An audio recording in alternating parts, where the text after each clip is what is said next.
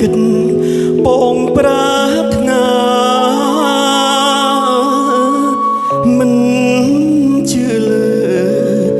និស័យមិនជឿប្រេងវាសនាតែពេលញញទើបដឹងថាជាការពិត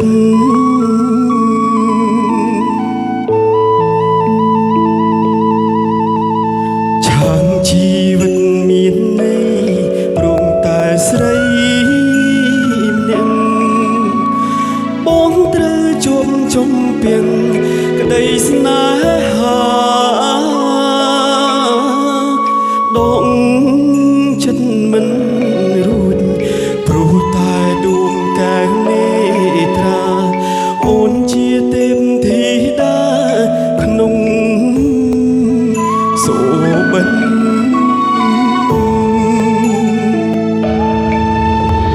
សូមរងទេពអប្សរមិនល្អដូចអូ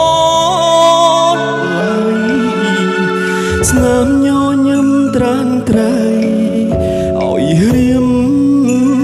លំ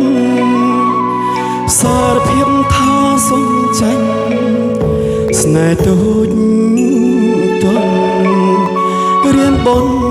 ស្រន់ឲ្យឆាប់បានជួបមុំម្ដងទៀត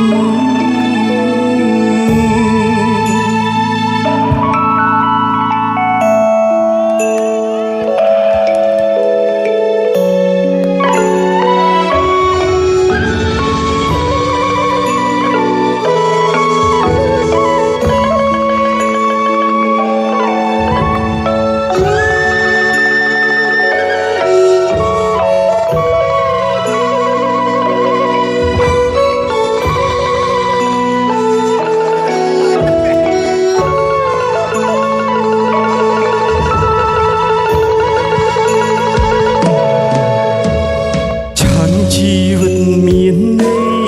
ព្រមតែស្រីម្នាក់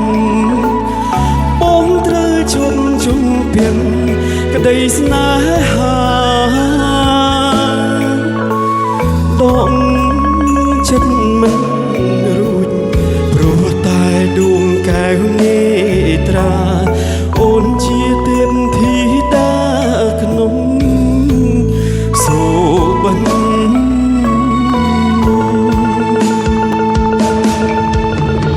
សូមរងទេពអប្សរមិនល្អ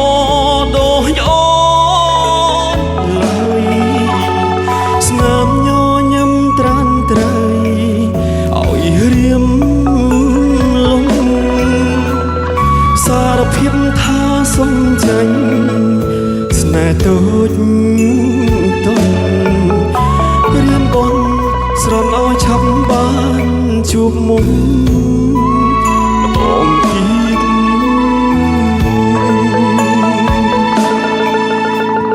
សូមរងទេពអប្សរមិនល្អដូចអូនឡើយស្នាមញញឹមត្រានត្រៃឲ្យរៀមលំសារភាពថាសុំចាញ់ស្នេហ៍ទូចរៀនបនស្រន់ឲ្យឆាប់បានជួបមុំម្ដងទៀត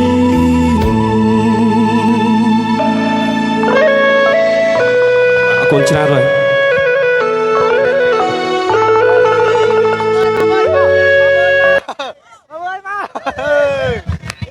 បាទពេលដែលគាត់ច្រៀងចប់យើងអាចប្រគល់កម្រងផ្កាឲ្យគាត់បានហើយបាទពេលដែលគាត់កំពុងតែច្រៀងពេលណាដែលយើងយកកម្រងផ្កាមកបំពាក់គាត់អាចសំឡេងគាត់ដកមីក្រូឬក៏រអាក់រអួលបន្តិចបន្តួចបាទអញ្ចឹងដើម្បីឲ្យល្អពេលដែលគាត់ច្រៀងចប់យើងយកកម្រងផ្កាមកបំពាក់មកបាទ